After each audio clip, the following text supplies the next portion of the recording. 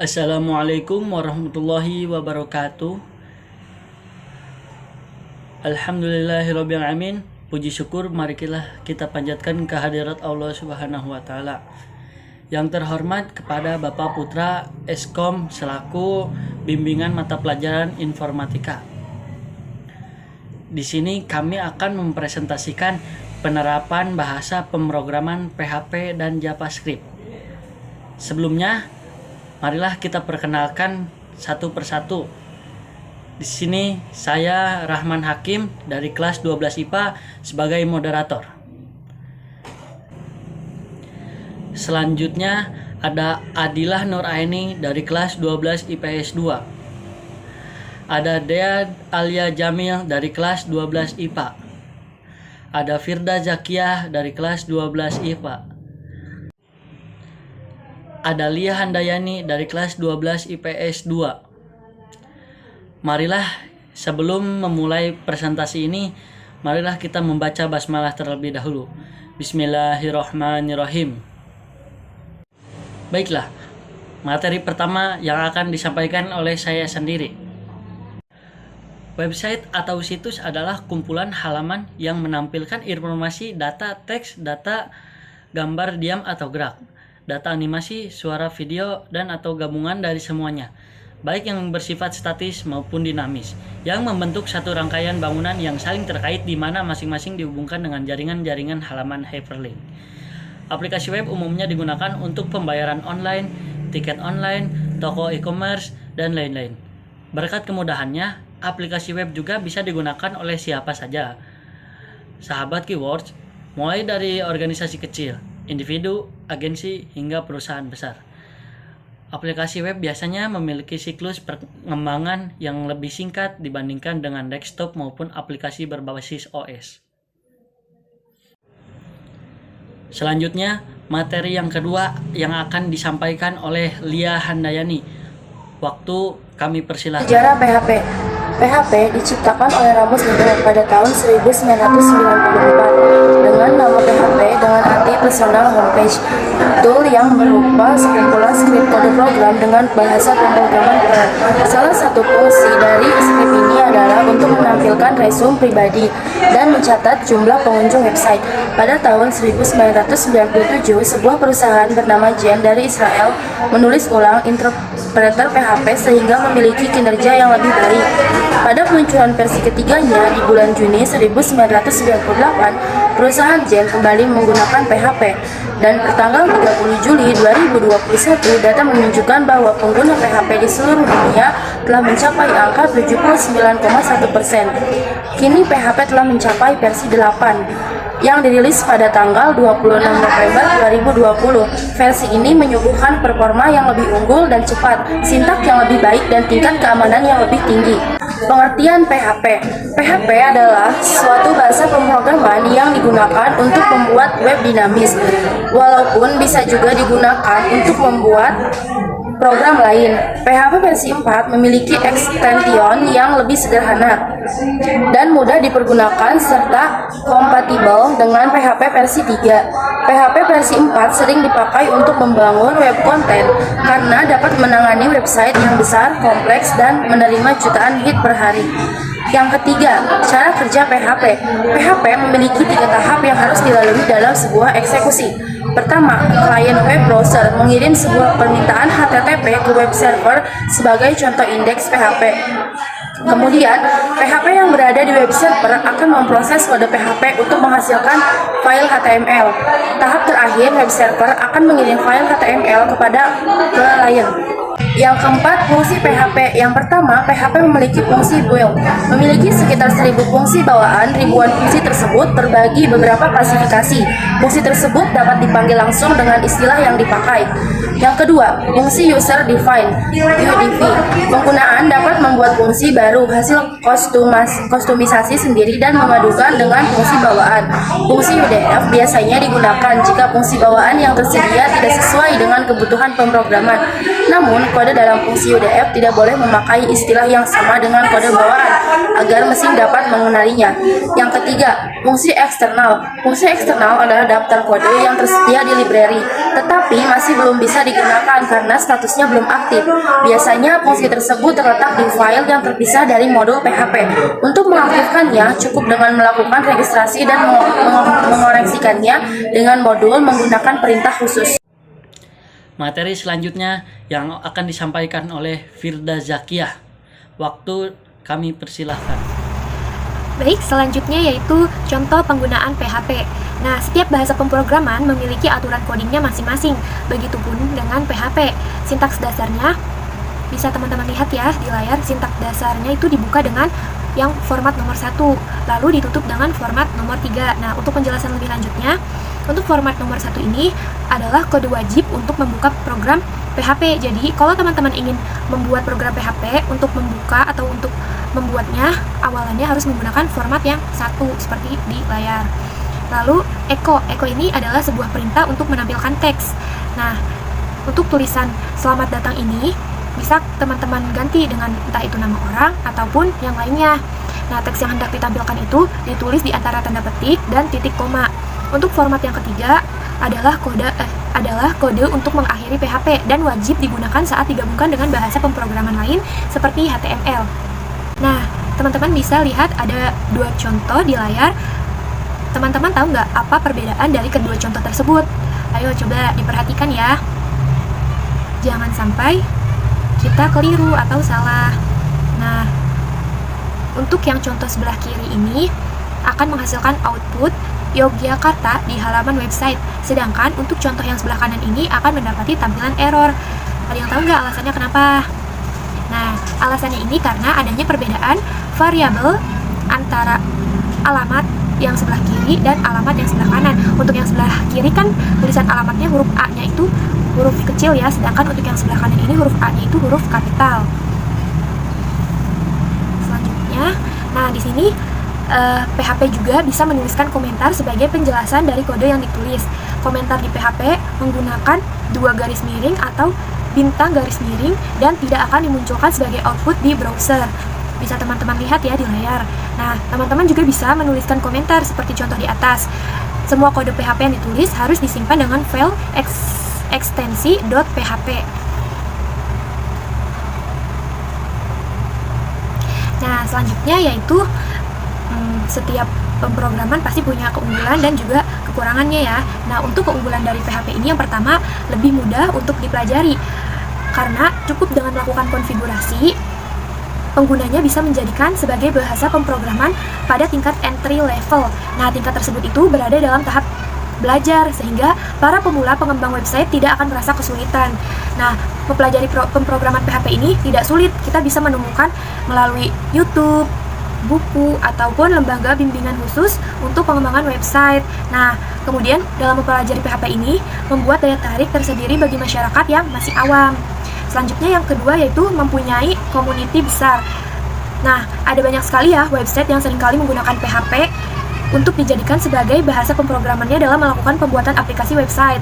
Nah, salah satu contohnya itu yang terkenal ada Yahoo, Facebook, WordPress, Wikipedia, ataupun yang lainnya.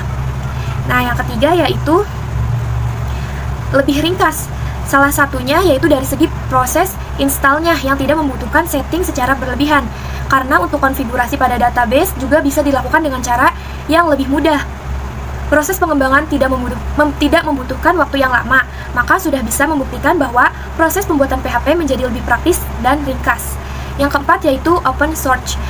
Nah, alasannya itu karena memiliki banyak sekali boiler tools yang sudah disediakan pada PHP secara open source. Nah, dengan perkembangan yang cukup cepat ini, maka untuk proses yang didapatkan pun juga lebih singkat. Baik itu dari start bahkan sampai dengan finish pada sebuah project dalam pembuatan aplikasi web. Yang terakhir yaitu memiliki maintenance yang lebih mudah. Nah, web yang sudah menggunakan bahasa pemrograman PHP, proses update bisa dilakukan dengan sangat mudah dan baik. Hal ini karena PHP memiliki sifat interpreter. Selain itu, untuk melakukan upgrade pada versi yang baru, pengguna tidak perlu melakukan konfigurasi secara ulang. Nah, sementara pada bahasa pemrograman yang lainnya harus melakukan konfigurasi ulang apabila melakukan upgrade pemrograman yang baru, terlebih lagi Terlebih lagi, PHP juga mampu berjalan di berbagai jenis web server, misalnya seperti Nginx, Apache, dan IIS. Nah, di samping keunggulannya, PHP juga memiliki kekurangan. Di antaranya yaitu, yang pertama, memiliki banyak kompetisi. Karena PHP memiliki banyak komunitas, yang mana hal ini justru membawa kompetisi yang tergolong lebih ketat ketimbang bahasa pemrograman yang lainnya. Nah, para web developer akan semakin bertambah setiap harinya. Para pebisnis yang berharap produknya bisa terkenal, bisa menggunakan PHP dan harus mengembangkan aplikasi bisnisnya agar dapat bersaing secara kompetitif. Selanjutnya yang kedua, tidak dilengkapi dengan tipe data. Nah, perlu diketahui bahwa PHP ini tidak mempunyai tipe data, sehingga pada bahasa pemrograman sering muncul bug-bug yang tidak berkaitan dengan standar tipe dan data PHP. Sementara untuk kekurangan yang satu ini memiliki hubungan terhadap pengalaman developer yang sedang menggunakan PHP sebagai bahasa pemrograman. Yang ketiga yaitu rawan pembajakan. Nah, sifat dari PHP ini adalah interpreter, sehingga cenderung lebih rawan terhadap pembajakan. Salah satu penyebab yaitu source code pada aplikasi bahasa pemrograman PHP ini dapat diubah dan dimodifikasi dengan mudah. Sebab itulah PHP kurang tepat digunakan sebagai pengembang aplikasi. Dan yang terakhir yaitu kurang pretisius. Jika dibandingkan pada bahasa pemrograman yang lain, untuk PHP ini dianggap kurang pretisius karena memiliki kesan yang kurang aman maupun memiliki celah yang terbatas. Penyebabnya itu karena pengembang belum mengetahui secara penuh tentang standar dalam pembuatan aplikasi menggunakan PHP yang benar. Nah, selanjutnya yaitu ada fungsi PHP. Nah, fungsi adalah sekumpulan instruksi yang dibungkus dalam blok. Fungsi dapat digunakan ulang tanpa harus menulis ulang instruksi di dalamnya. Fungsi pada PHP dapat dibuat dengan kata kunci function, lalu diikuti dengan nama fungsinya. Nah, yang pertama yaitu ada fungsi dengan parameter. Supaya instruksi yang di dalam fungsi lebih dinamis, kita dapat menggunakan parameter untuk memasukkan sebuah nilai ke dalam fungsi. Nilai tersebut akan diolah di dalam fungsi. Bisa teman-teman lihat ya, contohnya seperti yang ada di layar. Selanjutnya yaitu parameter dengan nilai default. Nah, nilai default dapat kita berikan di parameter. Nilai ini berfungsi untuk mengisi nilai sebuah parameter kalau parameternya itu tidak diisi nilainya. Misalnya, saya lupa mengisi parameter salam, maka program akan error. Oleh karena itu, kita perlu memberikan nilai default supaya tidak error. Bisa teman-teman lihat contohnya seperti di layar. 5 yaitu memiliki perkembangan yang cukup cepat. Selanjutnya yaitu yang ketiga, fungsi yang mengembalikan nilai. Hasil pengolahan nilai dari fungsi mungkin saja kita butuhkan untuk pemrosesan berikutnya. Oleh karena itu, kita harus membuat fungsi yang dapat mengembalikan nilai. Pengembalian nilai dalam fungsi dapat menggunakan kata kunci return. Nah, teman-teman bisa lihat contohnya seperti di layar. Yang keempat yaitu memanggil fungsi di dalam fungsi. Fungsi yang sudah kita buat dapat kita panggil ke dalam fungsi lainnya. Teman-teman bisa lihat contohnya di layar ya. Yang terakhir yaitu fungsi rekursif. Nah, fungsi rekursif ini fungsi yang memanggil dirinya sendiri. Fungsi ini biasanya digunakan untuk menyelesaikan masalah seperti faktorial, bilangan Fibonacci, pemrograman dinamis, dan lain sebagainya. Contohnya bisa teman-teman lihat di layar. Materi selanjutnya yang akan disampaikan oleh Adilah Nuraini. Waktu kami persilahkan. JavaScript pertama kali diciptakan oleh Brendan Eich, seorang karyawan Nescafe pada tahun 1995. Nescafe kala itu merupakan perusahaan software ternama yang dikenal dengan web browser miliknya, Nescafe Navigator. Brendan Eich pada awalnya diminta untuk membuat bahasa scripting seperti Java, namun dapat diterapkan untuk browser. Ia pun mendesain bahwa pemrograman baru dengan penggunaan fitur-fitur yang terinspirasi dari Java, Scheme dan Shell. Pada saat itu, bahasa pemrograman yang ia buat diberi nama Mocha dan hanya dibuat dalam waktu 10 hari karena waktu yang mepet dengan peluncuran Nescafe Navigator versi 2. Mocha pun kemudian diaplikasikan pada browser Nescafe Navigator. Nama Mocha sempat mengalami perubahan menjadi LibScript. Nescafe kemudian bekerja sama dengan Sun saat ini Oracle yang kala itu memegang lisensi Java.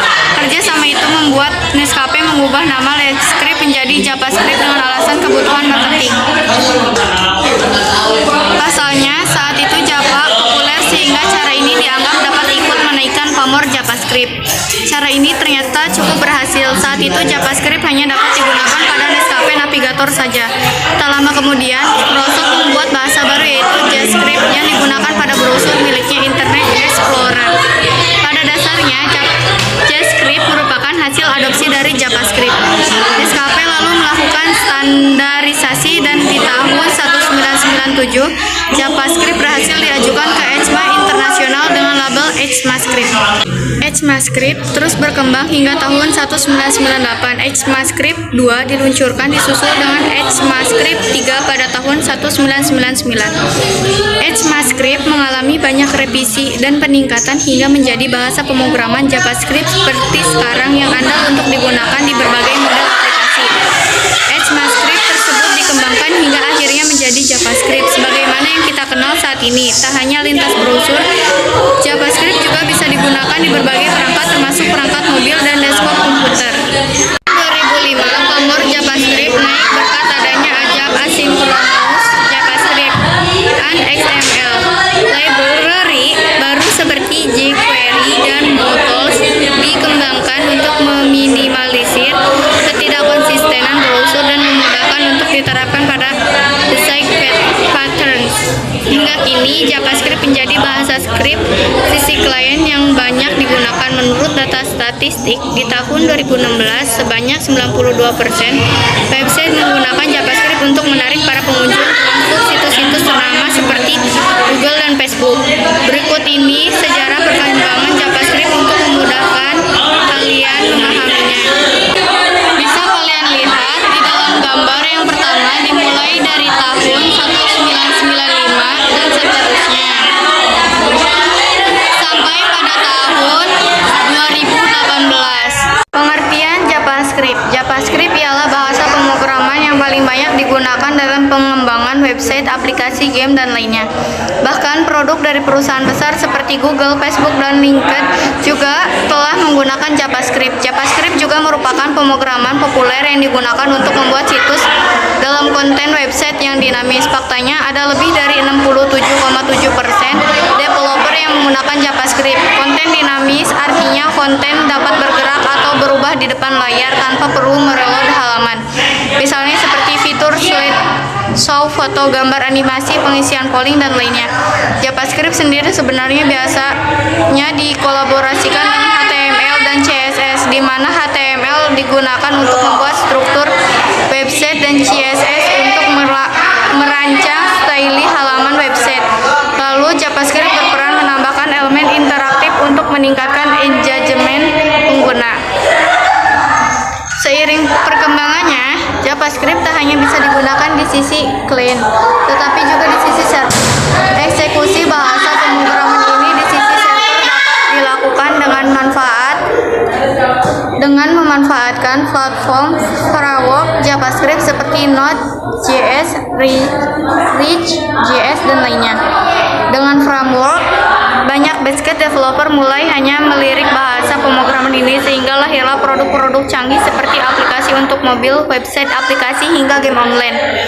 Penggunaan JavaScript dalam pengembangan website sering dikaitkan dengan HTML dan CSS. Hal ini karena dalam pembuatan website, ketiga elemen tersebut berperan penting dan saling berkaitan satu sama lain. Untuk lebih mendalami JavaScript, maka pertama Anda harus berkenalan terlebih dahulu dengan 3 poin penting dalam pemrograman, yaitu HTML, CSS, dan yang terakhir baru JavaScript.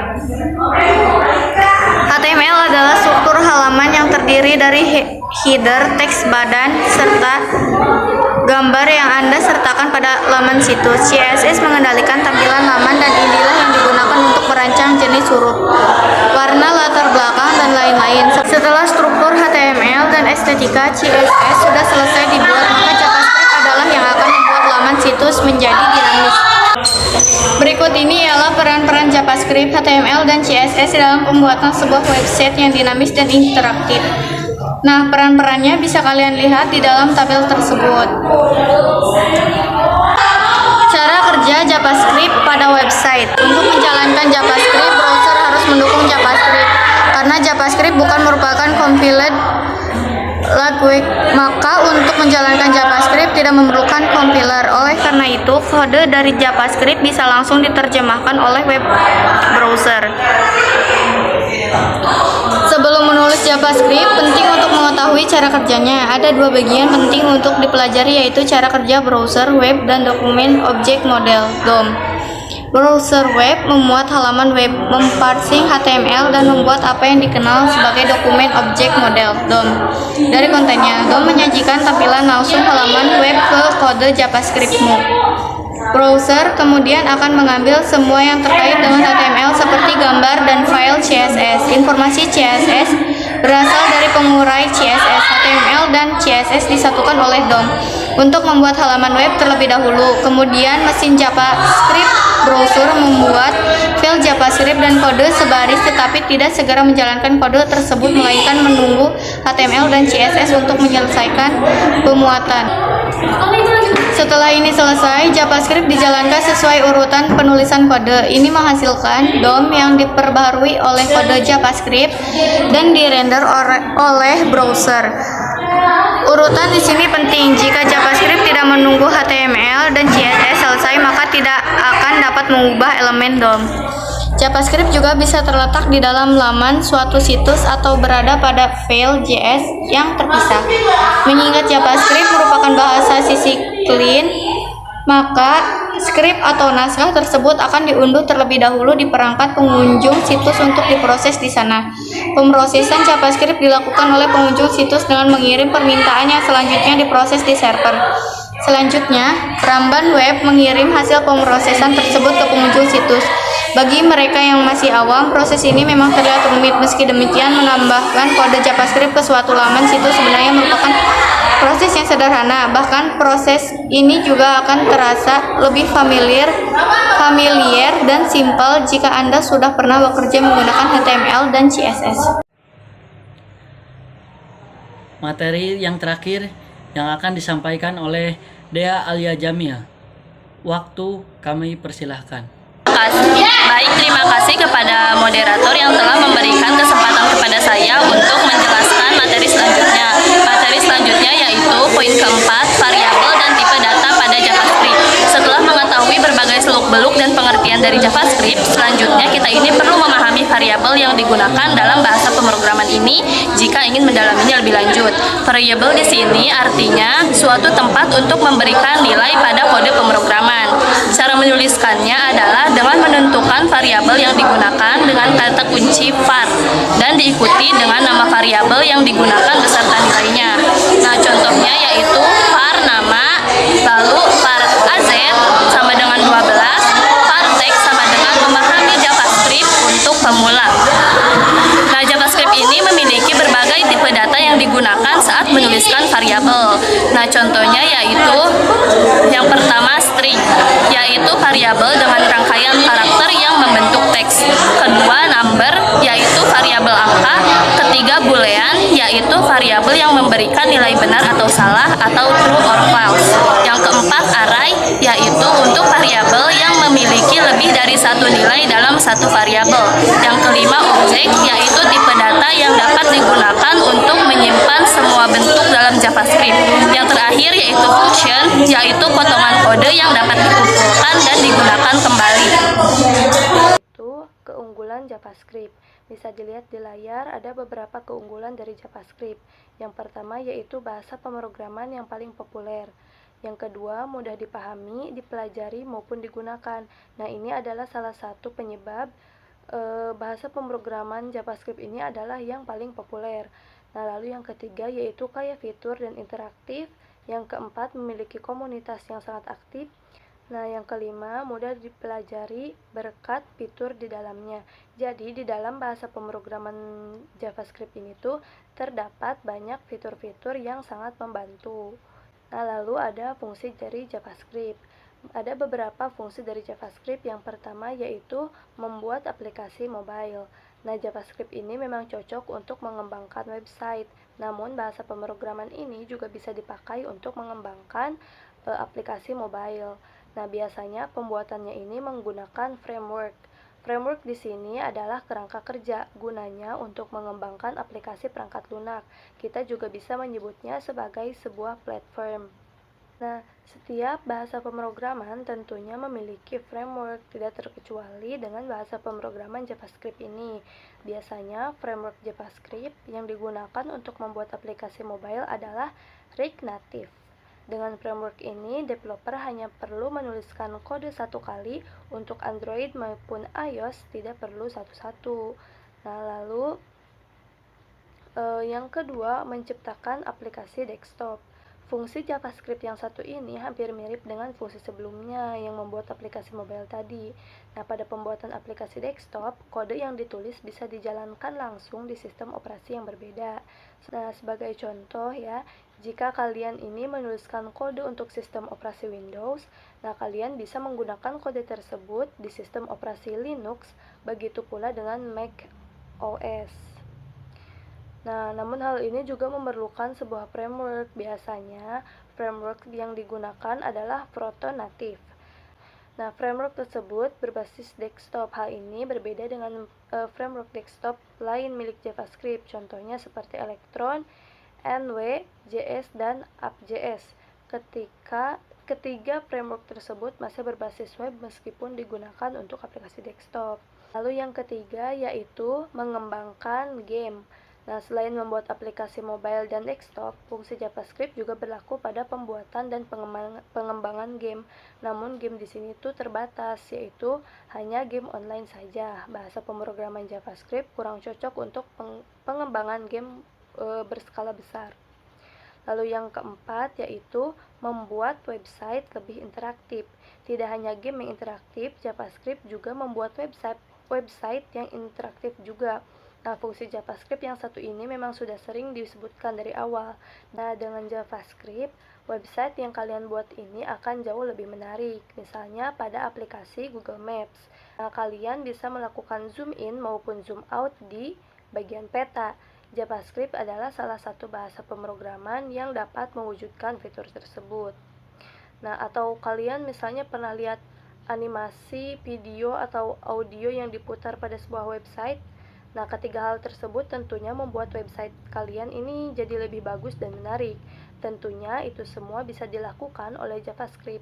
Inilah alasan mengapa JavaScript seringkali digunakan untuk pengembangan website. Nah, lalu yang kelima yaitu menyusun slide presentasi. Nah, kalian ini pasti pernah ingin membuat presentasi kan? Nah, seperti yang lagi saya buat ini, tapi kayak bosen gitu pakai PowerPoint. Nah, tenang aja, kalian ini bisa menggunakan JavaScript untuk membuat slide presentasi menjadi lebih menarik. Tentunya, presentasi tersebut akan dibuat menjadi sebuah website. Nah, jika kalian tertarik, kalian ini bisa menggunakan libraries JavaScript. Contohnya seperti Reveal.js dan Bespoke.js. Dengan Reveal.js, kalian ini dapat membuat slide presentasi yang cantik dan interaktif dengan bantuan HTML. Tetapi kalau misalnya kalian mau fitur yang lebih lengkap, kalian bisa menggunakan Bespoke.js. Nah, lalu yang terakhir itu back-end web development. Back-end web development ini dari beberapa fungsi JavaScript di atas tadi, kita ini banyak membicarakan tampilan web yang interaktif dan menarik. Namun hal tersebut termasuk ke dalam pengembangan web bagian front-end. Artinya lebih berfokus pada tampilan web dan interaksinya dengan user. Nah, selain itu JavaScript juga berfungsi untuk pengembangan back-end. Kita menyebutnya dengan behind the scene dari sebuah website. Disinilah kode-kode dituliskan agar sebuah website bisa berjalan dengan baik. Pengembangan back-end web JavaScript ini biasanya dibantu oleh sebuah platform bernama Node.js. Platform ini berguna untuk server-side programming. Server-side di sini artinya segala hal yang berhubungan dengan sang penyedia web, bukan pengguna. Nah, selanjutnya yaitu cara kerja JavaScript. Untuk dapat menjalankan JavaScript, web browser harus support JavaScript dulu. Nah, semua web browser yang ada pada masa sekarang ini umumnya sudah mendukung JavaScript. Nah, JavaScript ini biasanya ditulis pada dokumen HTML atau dengan membuat file terpisah yang kita hubungkan dengan dokumen HTML. Untuk penulisan JavaScript di dalam dokumen HTML, penulisan skripnya bisa ditulis dalam tag head atau garis miring head, atau di dalam tag body atau garis miring body, seperti yang tertulis di layar. Cara penulisannya ada dengan menuliskan tag script type sama dengan teks garis miring JavaScript, kode JavaScript, garis miring script. Nah, sedangkan apabila kita menggunakan file JavaScript yang terpisah, kita bisa menambahkan tag script type sama dengan teks garis miring JavaScript dan yang selanjutnya seperti yang tertulis di layar. Nah, lalu poin selanjutnya yaitu poin ke-7, cara penulisan tag JavaScript. Yang pertama, menuliskan tag dengan diawali script type sama dengan teks garis miring JavaScript dan diakhiri dengan garis miring script, atribut yang menginformasikan kepada browser bahwa program script yang ada dalam tag tersebut adalah JavaScript dalam format teks. Nah, ini tuh kayak yang tadi saya jelaskan di poin sebelumnya.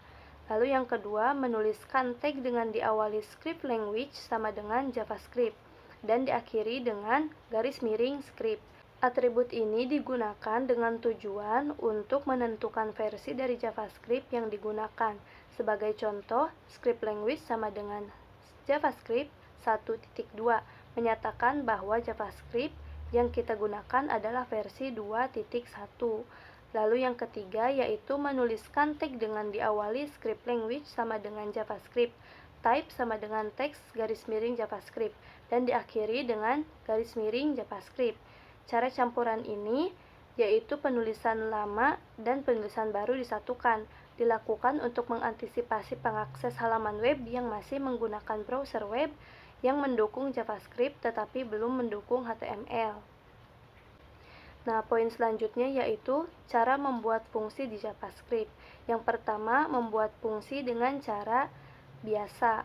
Cara ini paling sering digunakan terutama untuk orang yang baru belajar bahasa pemrograman JavaScript ini. Nah, untuk membuat fungsi dengan cara biasa ini, pemrogramannya seperti yang tertulis di layar. Lalu yang kedua, membuat fungsi dengan ekspresi. Cara membuat fungsi dengan ekspresi yaitu seperti yang tertulis di layar, menggunakan untuk membuat fungsi dengan ekspresi ini kita menggunakan variabel lalu diisi dengan fungsi. Fungsi ini sebenarnya adalah fungsi anonim atau anonymous function atau fungsi tanpa nama. Yang ketiga yaitu membuat fungsi dengan tanda panah. Cara ini sering digunakan di kode JavaScript masa kini karena lebih sederhana, akan tetapi sulit dipahami bagi pemula. Fungsi ini mulai muncul pada standar ES6. Untuk fungsi ketiga ini tuh ada dua cara. Yang pertama itu tuh variabel nama fungsi sama dengan terus tanda panah, terus console.log, terus hello world. Atau ada yang seperti ini nih, jika isi fungsinya hanya satu baris. Nah, variabel nama fungsi sama dengan tanda panah console.log terus hello world. Nah, sebenarnya hampir sama dengan yang menggunakan ekspresi atau fungsi kedua tadi. Nah, bedanya dalam fungsi ini, kita ini menggunakan tanda panah sebagai ganti function.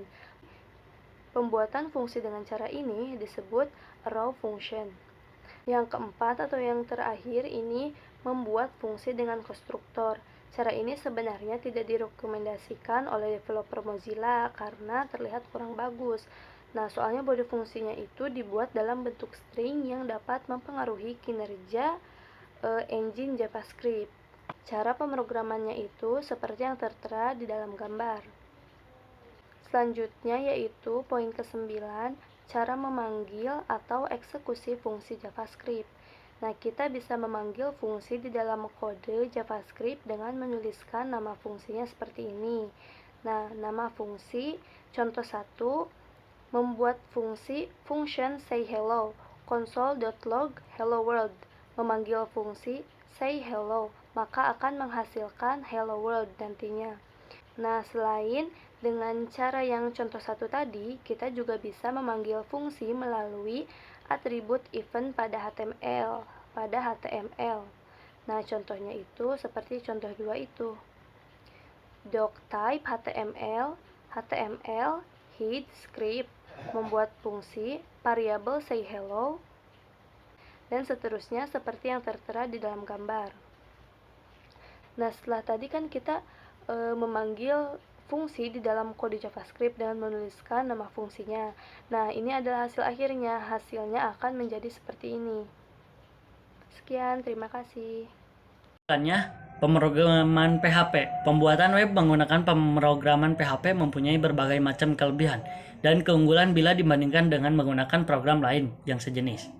Berbagai macam kemudahan yang ada pada program PHP sangat fleksibel dan akan memberikan kemudahan dalam aplikasinya.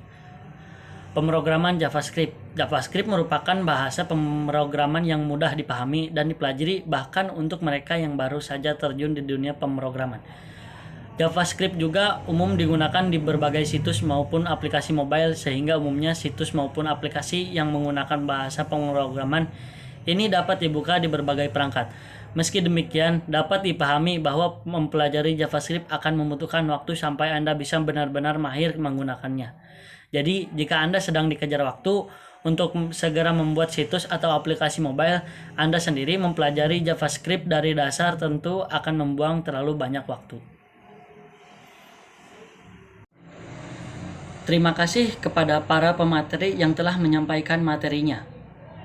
Harapan saya, semoga materi yang kita sampaikan dapat bermanfaat bagi kita semua. Sebelum kita tutup ini, marilah kita membaca hamdalah bersama-sama. Alhamdulillahirabbil alamin. Sekian presentasi dari saya. Wassalamualaikum warahmatullahi wabarakatuh.